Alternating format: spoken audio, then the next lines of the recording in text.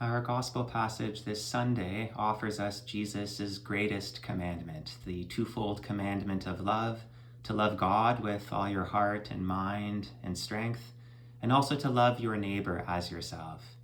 And as I was reflecting on this, there's so much we could say about this commandment and how we should live it out in our lives. But what also struck me as I pondered this was the context in which we hear this commandment. So if you've been going to Mass for the last few Sundays, I'm sure you've noticed that the second reading has been taken from the letter to the Hebrews, a beautiful letter that speaks about Jesus as our high priest, the priest of the new covenant. And his priesthood has replaced the Old Testament priesthood, done away with the animal sacrifices.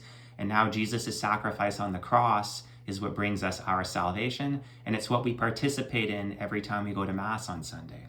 So there's this greater context. And then there's also the fact that we hear this twofold commandment to love within Sunday Mass, right? And I'm thinking to myself, I think these two definitely go together, right? How do we live out this commandment in our life?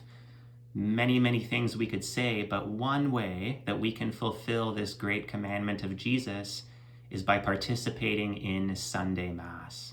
Right? The Mass is the most beautiful prayer we have in the church, the highest form of worship, the supreme act of adoration. And when we show up to Mass with our whole hearts, our bodies, our minds, when we participate actively, when we meditate on the words we hear, the gestures we see, I think it's very safe and very true to say that we are loving God with our whole heart, our whole mind, and our whole strength.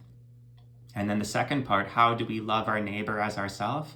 Well, I'm sure you know at the end of Mass, either the priest or the deacon dismisses us and sends us into the world with the mission of bringing the love we've encountered at Mass to those in the world who need it the most.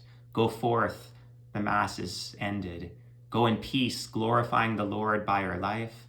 Go and announce the gospel of the Lord. And it's no coincidence, right? We need the graces we receive at Mass. We need the love of God which we receive in the Eucharist, in order to be able to share that with our neighbors, to love our neighbor as ourselves. So, as I said, there are many ways we can fulfill this commandment, but I think one way, maybe perhaps even the best way, is by wholeheartedly and frequently participating in the Holy Mass to receive God's love into our hearts so we can then love our neighbor as Jesus commands us to.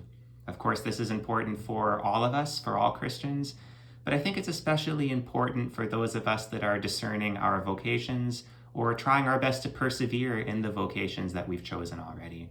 So whoever you are, whether you know God's will for you, whether you're trying to figure it out, go to Holy Mass. And there God will speak to you, but he'll also give you the grace and the ability to fulfill this commandment, to love him with your whole heart and to love your neighbor as yourself. May God bless you.